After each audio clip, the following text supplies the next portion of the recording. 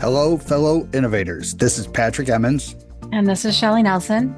Welcome to the Innovation and the Digital Enterprise Podcast, where we interview successful visionaries and leaders, giving you an insight into how they drive and support innovation within their organizations. Today, we're welcoming Emily Steele to the podcast. We're honored to have Emily as our guest. Emily is the CEO and co-founder of Hummingbirds, a dynamic tech company revolutionizing the way brands connect with their communities. Hummingbirds specializes in leveraging hyperlocal content creators and customers to drive both awareness and sales, currently operating in 15 cities with ongoing expansion. Prior to her pivotal role at Hummingbirds, Emily established herself as a passionate advocate for local businesses as the owner of Love Local. Emily brings a wealth of expertise to the table, holding a bachelor's of science in business administration with concentrations in marketing and public relations from Drake University. Go Bulldogs. Her global perspective was further enriched through studies at Richmond, the American International University in London. Today, we're excited to learn from Emily's journey and glean insights into the intersection of technology, community, and entrepreneurship. Welcome to the show, Emily. Thank you for having me. Emily, if you don't mind, kick this off by sharing with our listeners a little bit more about Hummingbirds. What are the problems that it solves? Who are the customers? And just share a little bit more about the organization itself. Yeah, sure. So I was running a local marketing agency called Love Local, and I was working with a handful of customers that were really trying to drive local behavior, like go to the massage therapist, physical therapy clinic, music festivals. They all really look to drive behavior from the people who live in their own city. And so all of their marketing and advertising efforts are concentrated based on geography, zip codes, neighborhoods. And as I was working on different strategies and tactics for these clients, I kept coming back to word of mouth being such a valuable tool, especially at a local level, right? You think about the conversations you have with your neighbors of like, where should we go to dinner? We have date night next weekend, and they're giving you recommendations, or who should, help with tree removal or whatever it is. Like, we look to our local network when we're doing local things and making local purchasing decisions. How many times will I say local? We should count on this podcast. But is it local? Local, Yeah. right? And so as I was kind of testing, experimenting with some of the clients, I was just like, okay, when I see other people posting about things on Facebook, Instagram, it drives my decision-making behavior. So surely if brands could tap into their own customers or their own physical community of people, they can move the needle for themselves. And as I really dug in, like, this was solving a problem for my own clients, but I was like, oh my gosh, there's $162 billion spent on local advertising every year. And like, not even a small percentage of that is towards creators, influencers, bloggers. It just was absolutely mind-blowing to me that, half of the money spent is still on like kind of traditional advertising. So think billboards, print, TV, radio. And then the other half is like your digital, your Meta, your Google Ads, people who have intent as they search. And to me, I was just like, holy cow, this is such a massive opportunity to kind of put a spin on the influencer play and put influence in the hands of everyday people who can drive behavior locally. Because you don't need 50,000 followers to get like 50 of your friends excited in your own city to go try something new for the weekend, whether it's a performing arts show, et cetera. So Hummingbirds was really born of being a local content creator myself. Like, I just have been an Instagram user since 2014, using it, being influenced on it by my peers, and also being the agency owner who was like, hey, I can see word of mouth marketing through social sharing drive the needle in terms of sales and awareness and whatever the brand was really looking for. So Hummingbirds was kind of born out of the agency I was running. I brought it to life in Des Moines, Iowa, which is where I'm at, and brought, hundreds of people together in the Des Moines area, built a very, very basic product, and put campaigns in there that are local creators. We call them Hummingbirds. I'll share a little bit more about the name in a bit, but we call them Hummingbirds. They match with these brands and they experience their offer and share it on social media. So it's definitely in alignment with the influencer space, but no one calls themselves influencers in our platform. We're hummingbirds. We love exploring and trying new things and being like local pollinators in our own backyards. And so that is kind of in a nutshell what Hummingbirds is. So brands will buy credits that accesses our platform, And then the hummingbirds opt into campaigns and those credits are used to create content. So this is direct, like boots on the ground, guerrilla marketing, right? Like this is people that are actually out there using these products and going to these organizations, these companies, and it's really harnessing that content where it does feel like that's a big gap when I think about like a decade ago, Amazon and the reviews was something that we all trusted, right? Mhm. And I don't know if that trust is there anymore, right? Yeah. And you look at some of the other environments or systems or tools that we use to try and filter through. So actually getting recommendations and referrals from these folks that actually live in the community and actually have a relationship with other people in the community. Why do you think that's so successful right now? I think people, kind of like you said, there's a distrust kind of happening with advertising at large. I think just generally speaking, a survey from Nielsen showed that, 92% of people trust friends and family over any other form of advertising. We've been going to our friends for recommendations forever. It's like the original form of marketing, right? But everything turned to an interruptive model. Like we're going to interrupt you everywhere we're at in the world to tell you need something that you probably don't even care about or want. So I feel like the tides are really turning back to, and like when influencer marketing was really blowing up in 2018, I was like, yeah, this is like, it's back to kind of that word of mouth. But it was the big brands that were working with big national or global influencers. And to me, I was like, there's never going to be alignment at the local level. These brands can't afford that, nor would they benefit from it. And so I think it's a combination of distrust. I think it's also the fact that you look at the world's like very powerful consumer, which is the millennial woman. Women make a majority of purchasing decisions for themselves or their families. They're on Instagram 2 to 3 hours a day. So like this is where they're spending time. This is where they're discovering brands and making decisions about what to do this weekend or tonight even. And so it's like, to me, it's all these like miscellaneous pieces that form kind of the perfect moment for us to put this product in market and say, hey, there's something better for local marketing. And it actually is marketing through people instead of to them or at them. So that was kind of and honestly, being someone who's like maybe 10, 15 years ago, I was in economic development. I love the idea that we can empower people to experience shop locally and then share that. Because I think so much is around the messaging is like shop, support local. But I'm like, what if you shop, support, and share? Because it's the share thing that really gets more people to be like, oh, yeah, I could get my Father's Day present at this gift. I could do this weekend here instead of going to Applebee's. No hate on Applebee's. But like, it's getting that information from people to make decisions. So I love the people powered element of it. It just drives more authenticity and trust. It's very organic and relationship driven is what it feels like. I mean, and I don't agree with it. I think what you're doing is awesome. Right, relationships are critical, but some of the investors or other folks that you've talked to must have verbalized some concerns about scalability, right? Of like, how do you scale this? How do you respond to a question like that? We're like, well, we're doing it. So I would say though, early days, right? There's not as much concern anymore that we're like a year and a half in post raising capital. But I would say, when we were originally kind of seeking venture capital to kind of get ourselves to 15 cities and really develop the two-sided network, the concern was always around supply. Because we look at Hummingbirds, it is a two-sided network, like your Uber, your Airbnb. We just layer a SaaS model on top of it. So it's just a little bit different, but we always need to find the supply and demand ratio. If we have thousands of hummingbirds have nothing to do in the platform, it's a lame experience. If we have lots of brands and we don't have enough hummingbirds opting into campaigns, it's a bad experience for brands. So I would say the early days were very much around like, how are we going to get the hummingbirds? How are we going to keep them sticky? Like, how do we know that the supply is going to stick around instead of like churn and burn all these people?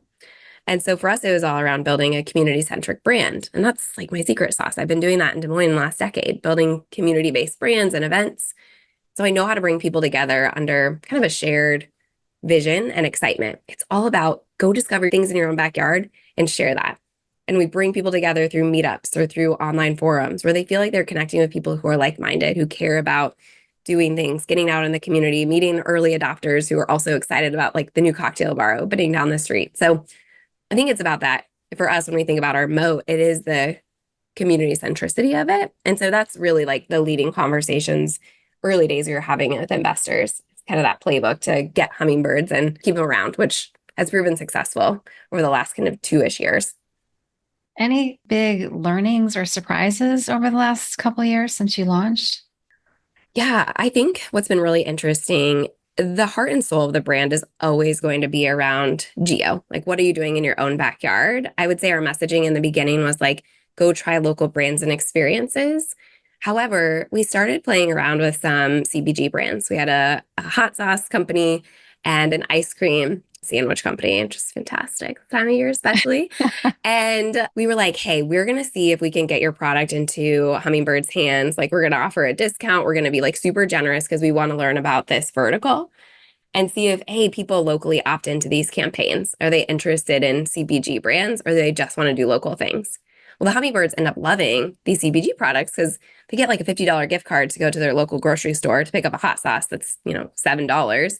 Then the rest they can use to grocery. So it's a really like incentivizing, fun perk for them to do that. And it's fun to try new products that you can then introduce like your spouse or your family to. And so once we proved out the CPG vertical, that's really, really accelerated our growth because these brands are really trying to understand how to unlock the Midwest. They've unlocked the East and West Coast. They're like, what's the Midwest like, right? We have really big shopping carts because of family sizes. And so there's just a higher purchase volume of these products. And so for them, they're like, if we can open up 15 of the grocery stores that you're in every city, that's a lot of credits that these brands are buying with us. So they really increase our ACV and the impact revenue wise that we can make. So I would say that's the biggest surprise is unlocking the CPG vertical and it going well on the hummingbirds, like the creator side of the house. I'm curious on the hummingbirds. Yeah. What makes a awesome hummingbird? What is it you're looking for? What does that look like? Yeah, I would say an awesome hummingbird. The ones who are like, oh, please stick around. We really love when you do campaigns and love your presence. It's someone who's active on social media. They're already naturally kind of sharing their life, whether they're going to the zoo with their kids or out on the bike trails, like sharing, an event or a cause they care about. They're active on social and in their everyday life. And they're good at documenting it from like they can pull together a reel that's creative and compelling. Their content, the way they write, draws people in. So I think it's authenticity is always going to be at the core, but then there's also like, do you have high quality? Like, can you take a very good photo, like to represent the brand? So that, and we really target millennial women. Like that's kind of our bread and butter in terms of how we think about brands aligning with the audience they're trying to attract and tap into. So those are the things I would say. Yeah. And it's, like I said, majority women who are part of our community at this point. Are most of them full-time or is this like a side hustle or a combination of both? Yeah, this is totally a side hustle. Our model for the hummingbirds is very much about perks. So you can get 2 free tickets to the Moulin Rouge. You can get $50 gift card to Costco to grab an Olipop. So it's actually, and we did that really intentionally because we're not looking for influencers. We're looking for people who want to try cool things. Yeah. And so no one's really like looking to quote unquote make it on our platform. Go to other ones. There are like 1,000 other influencer platforms that all pretty much are the exact same. And you can go there. Like we want to be different. And this is how we differentiate. So if you're someone who wants to make money, I'm like, I love that for you. This isn't what Hummingbirds is. And that's okay. Interesting. How do you ensure that when the hummingbirds go and try something out, say they don't like it, do they choose not to support? Like, what does that look like? How do you keep that authenticity? Or how are you going to make sure it stays authentic as you're growing and scaling? Yeah. I think for us, like if you really don't have a great experience with a campaign, a product, a brand, we ask that you give us feedback that we can share with the brand. And then we just give the brand a credit back, right? Like work with someone who is probably going to have a better experience. You can't control everything, right? So from the brand, we try to make it right on both sides. We would never say like, you still need to post about it, even if you hated it. Like, we're not trying to build that type of company. So there's like nuance to it. But from an authenticity standpoint, no, don't create content that's not factual based on your experience. And don't post about it if you didn't love it. So we really try to keep that alignment. And so much about the campaigns, we don't give brands access to like pitch hummingbirds. It's a mutual opt-in. So a hummingbird sees the campaign, they kind of raise their hand, they hit like, I'm interested, and they can give their little pitch. Like, this is why I want to be selected. So like, there's already kind of that initial, like, I want to be selected, pick me, versus like, oh, you look popular, I'm going to pick you, right? From a brand perspective. So that really helps in terms of the authenticity because the bird knows really about it from the campaign brief in advance. So you mentioned before the source of the name. Do you want Share a little to more? share that story? Yeah. Sure. I should have just kicked it off with that. It's one of my favorite stories to share. As I was building this out in Des Moines, I just was so stuck on what to call this like group of creators. I was like, the local influencer collective. I was like, that feels so lame and so like exact. Like it's to what it is. And I was noodling on it for probably like a month or longer and went out to dinner with my family. And my father-in-law is a big bird guy, which now my daughter is, which is hilarious to witness. Her being like, oh, mommy, that's a cardinal voice or cardinal sound. I'm like, wow, that's incredible. So he goes around the circle and he, assigns all of us bird names. He's like, Emily, you are a hummingbird. You like flit around. You're like a local pollinator. You're busy. You're everywhere. You zip around. You do all these things.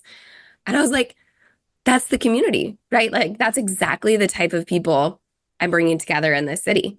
We are calling them hummingbirds. And it just is like, it's so on brand. It's so perfect. The fact that the domain was available, it was like meant to be. Wow. The domain was available. That one blows my mind. Yeah. Yeah, since 98. Wow. It was Wow. not cheap, but it was worth it, I think. That's a great story. Yeah, super special. Yeah. I love the concept of local pollinators, right? Like Mhm. it also has that image of a healthy environment, right? Like these Yeah. are natural behaviors, right? We always think about like criticality of honeybees in any kind of ecosystem. Totally. Without them, we're in real trouble. So I know. Yeah. So do you mind sharing a little bit more of like how you got into this, right? Your background, how you got started? Yeah. So kind of like to double click a little bit, when I was at Love Local, like when I started my agency, it really came from doing a handful of side hustles in Des Moines. I had brought a brand called Pop-Up Yoga DSM to life before yoga was being done with like cats and goats and beer and wine. Like was really bringing that to the city in 2014. And shortly after I launched that, Iowa was ranked dead last in businesses owned by women. I don't know if either of you have had this experience in your life, but something like came over me that was like, you need to do something about that. And I was like, even when I was running pop-up yoga, I never identified as an entrepreneur. It's very weird to say that out loud, but I was just like, this is how I give back. This is how I have fun. This is how I play and create impact.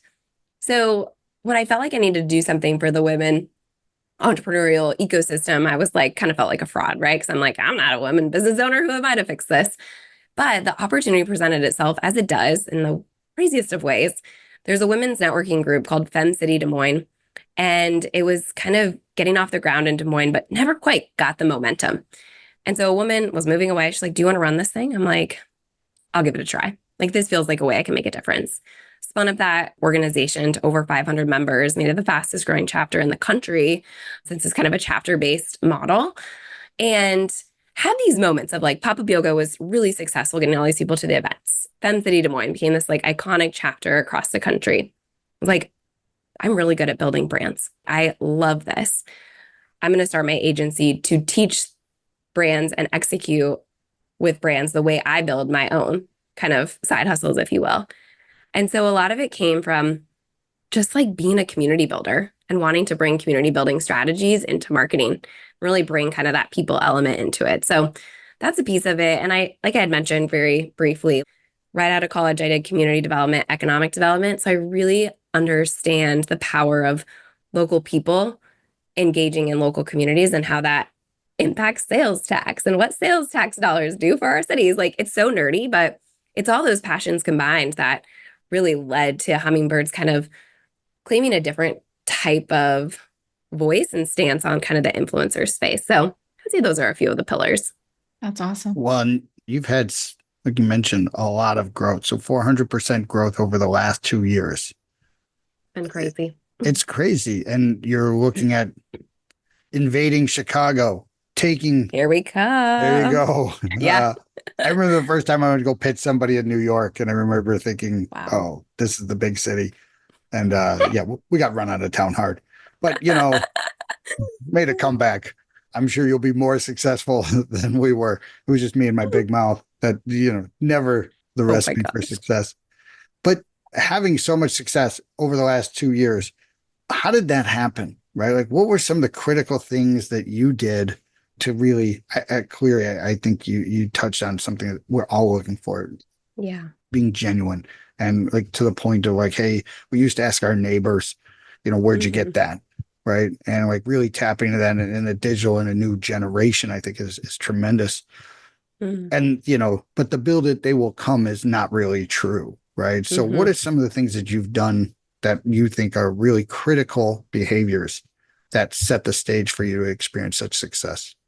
I think starting it out of my agency and really treating it as a service, bootstrapping for 2 to 3 years of just being like, this is in and for my community. How do I understand what my clients love, what the birds love? How often are they coming back? Like all that time I was creating product market fit.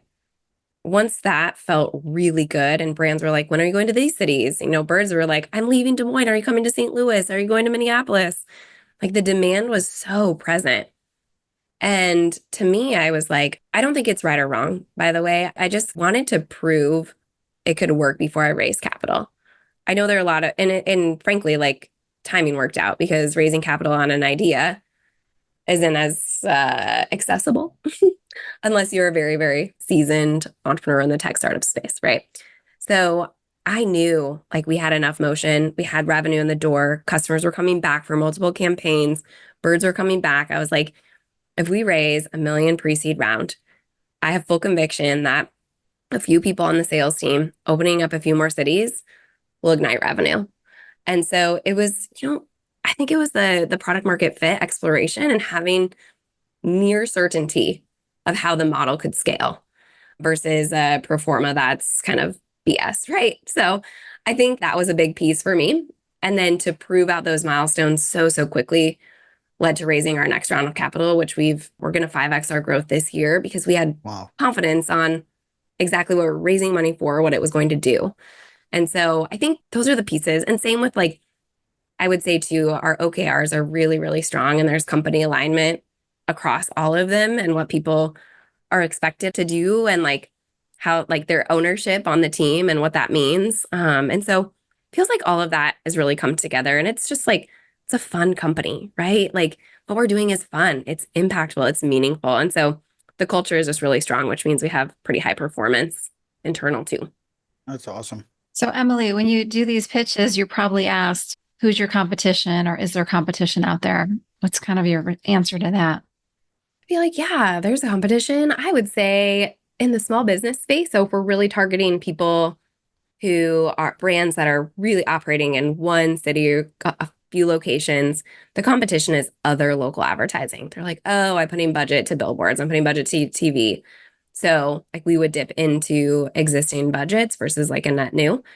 So that's competition for sure, just like the local advertising space and the other players. I would say because we've opened up kind of the CPG vertical, it's like the competition is more around tech solutions that actually drive like coupon redemptions, things that are very, very black and white. Like, I do this, it creates this. Like, content creation is a little bit more of a long game. We have proven retail velocity doing like isolated campaigns without any other advertising with brands. But it is a little like the creator space is squishy. It's not, there's no pixels when you're doing like offline behavior and you're going to a grocery store to pick up a frozen pizza. So I would say the competitors, if brands are really heavy in performance marketing, they're a little more skeptical about the creator play at the offline local level. But the brands that are more interested in brand marketing, kind of that connection with customers who can then become customers. I always say like a billboard can't become your customer, but our hummingbirds can. They can come back, they can tell their friends Yeah, forever. The brands that get that, they really, really lean in. They're some of our best customers because the fundamentals of how you think about marketing are just different than just a performance job. that's awesome. I'm curious on that. I'm curious. I don't care because I agree with you. There's activities and then there's things you can track.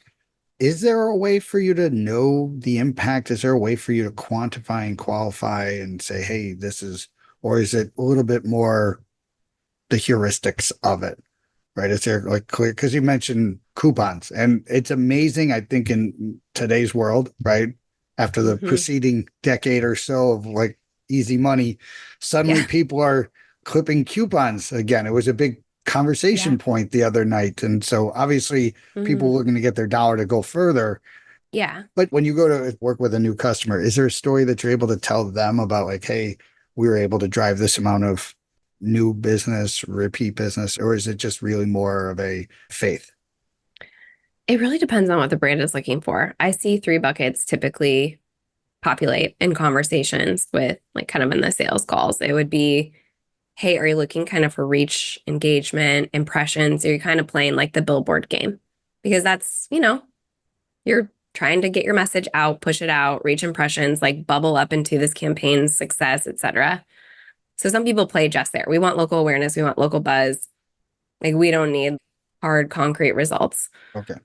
And then I would say another bucket are people who want the user generated content. It's like social proof, right? When you see hundreds of people locally talking about you and then you can reshare the content, like you get physical assets, not physical, digital assets from those campaigns.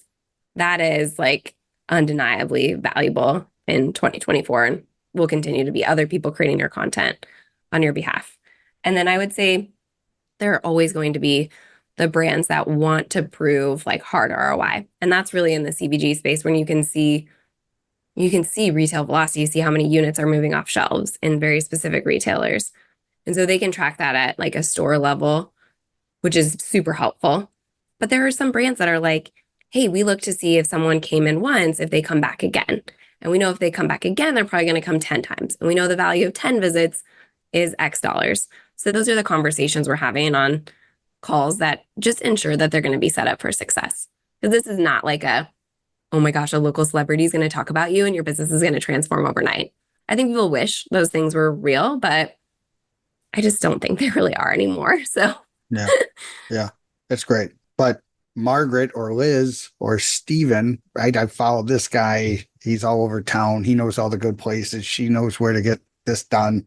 So there is that trust, right? And that's real as opposed to, right. Like, you can go get like a cameo of like somebody but you pay a ton of money like to get like one of those influencers to like do it. And you only get like 10, 15 days. Anyway, so we had the guy from Cameo on the podcast a while back. And so cool. I think it's super interesting. I've bought a couple. They're so fun. Like what a great little gift and surprise for people, right? Yeah, absolutely.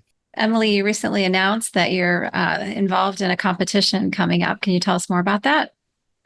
Yes. So we are heading to HubSpot's Inbound event this fall. We are finalists for their pitch competition. So there's an opportunity to receive $1 million, which is pretty cool just to be able to go on stage at such an impactful event. I mean, we'll be surrounded by our peers that are also creating solutions for our types of customers. So just great to be in front of an audience who just really gets this. And then also in front of a panel of judges who we get to share our story and our impact with. And I feel really grateful. I think it's really cool to be a finalist, but even cooler that we're building something that actually matters, that we get to share our story. So first time in Boston too. So I am really excited. That's really exciting.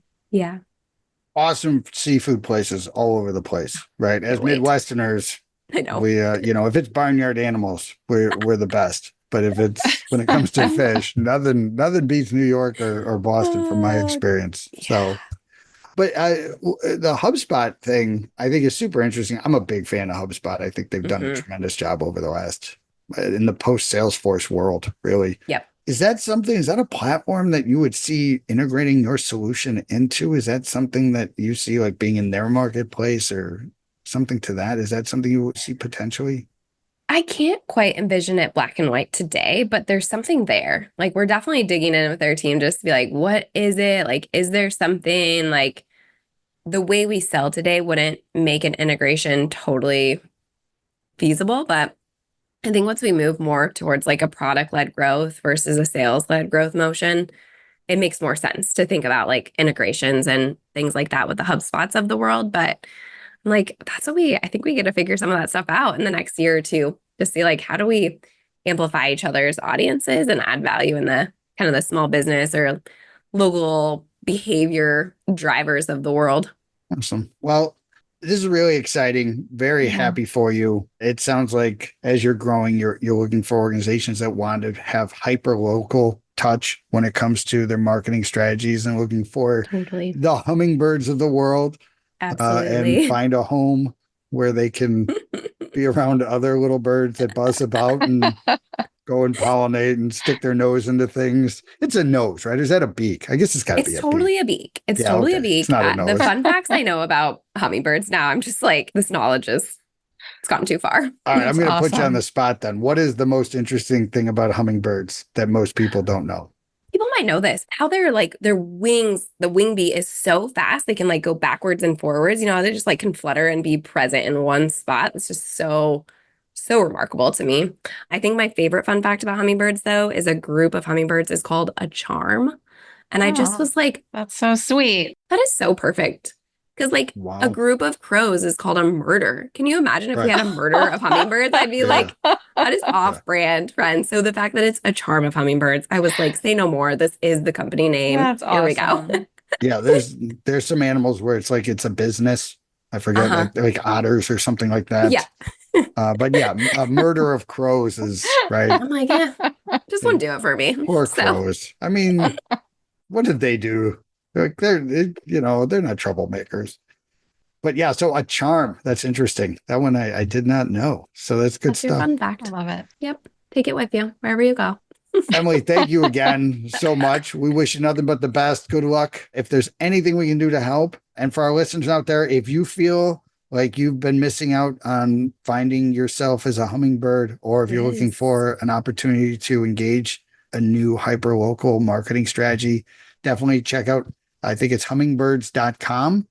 You bet. Yeah, which again, I'm amazed that the URL was available. I would imagine some like 70-year-old guy would have had it, like a birder, right? Like somebody. Right. It feels accurate. Yeah, but no, congratulations. We wish you nothing but the best. And please keep in touch. We'd love to hear how things are progressing. Yeah. Congratulations, Emily. Thanks, Patrick. Thanks, Shelley. Appreciate having me on. We also want to thank our listeners. We really appreciate everyone taking the time to join us. And if you'd like to receive new episodes as they're published, you can subscribe by visiting our website at dragonspears.com/podcast, or find us on iTunes, Spotify, or wherever you get your podcasts. This episode was sponsored by Dragon Spears and produced by Dante32.